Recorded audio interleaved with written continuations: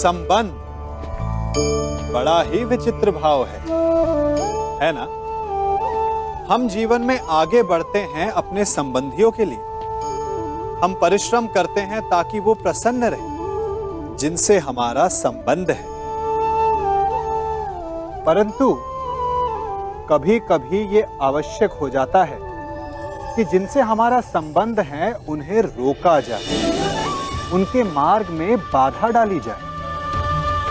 अब आप कहेंगे कि ये कैसी बात है? जिनसे हमारा संबंध है, जिनसे प्रेम है, उनके मार्ग में बाधा क्यों? आवश्यक है। नदी की धारा में आया छोटा सा सेतु उसके प्रवाह को तीव्र कर देता है। जिनसे हम प्रेम करते हैं उनकी आलोचना आवश्यक है ताकि वो अपनी कमियों को सुधारें, अपनी शक्तियों के वेग को बढ़ाएं और सफलता प्राप्त करें। कहते हैं जब भाग्य बुरा हो तो मीठी नदी का पानी भी खारा हो जाता है। क्या आपको भी यही लगता है? नहीं, हर अनहोनी का कारण भाग्य नहीं होता। कारण होती हैं हमारी असावधानियां। कठिनाइयों में सावधानी सबसे महत्वपूर्ण ढाल है। अनजान मार्ग पर आगे बढ़ने से पूर्व अपने एक पांव को धरा पर जमाना और दूसरे पांव से आगे आने वाली भूमि को टटोल लेना ही समझदारी है। सत्य बोलने में, वचन देने में या प्रतिज्ञा लेने में सावधानी आवश्यक है। अर्थात सावधानी का अर्थ है पहले भविष्य का आकलन कर लेना। यदि घर की नींव डालने में असावधानी बरती जाए तो इमारत चाहे कितनी भी सुंदर क्यों ना हो, वो ध्वस्त हो ही जाती है। इसीलिए सुरक्षित भविष्य का आधार है वर्तमान में बरती हुई सावधानी। क्योंकि भविष्य में क्या होने वाला है ये आप जान नहीं सकते, परंतु उससे बचने के लिए सावधानी की ढाल का प्रयोग अवश्य कर सकते हैं।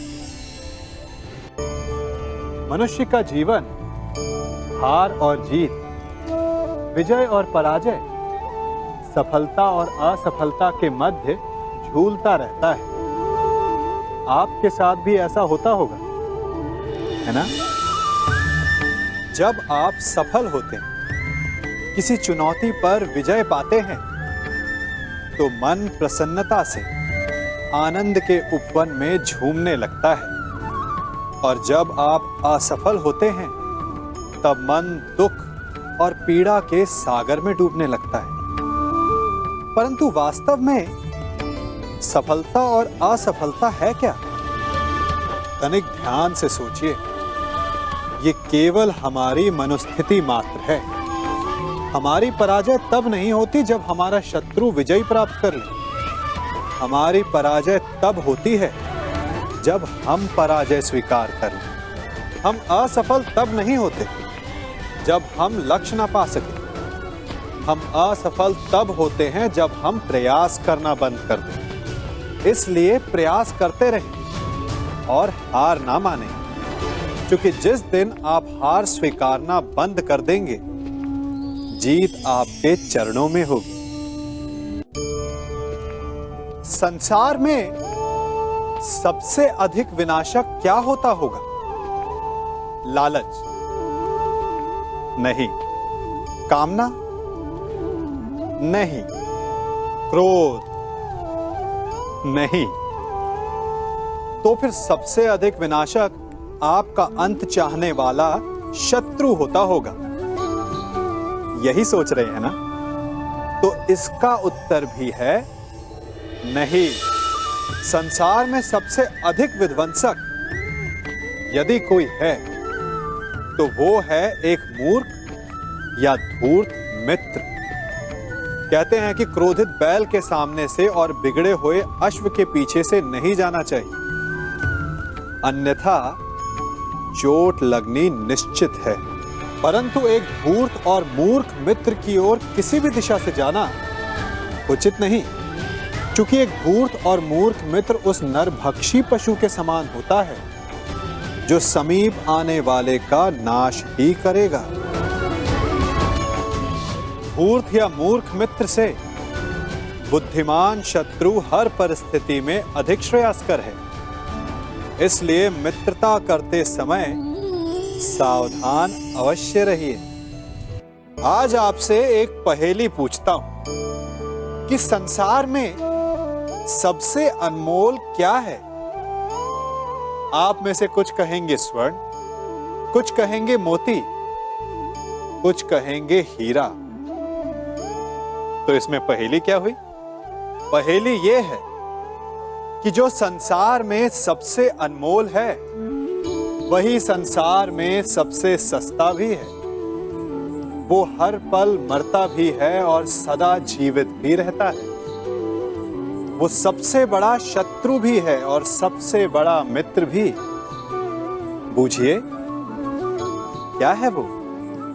मैं बताता हूं। वो है समय। यदि आप हर पल का सदुपयोग करेंगे तो वो सबसे अनमोल है। दुरुपयोग करेंगे या व्यर्थ करेंगे तो वो सबसे सस्ता है, क्योंकि इसे खरीदने के लिए कोई मुद्रा की आवश्यकता नहीं होती। व्यर्थ करेंगे तो हर पल मरता है, परंतु हम सब के मर जाने के पश्चात भी यही है जो जीवित भी रहेगा। यही है जो यदि आपके साथ है तो आपका सबसे बड़ा मित्र है, और यही यदि आपके विरुद्ध है तो आपका सबसे बड़ा शत्रु। अब ये आप पर निर्भर करता है कि आप इसका उपयोग कैसे करते हैं।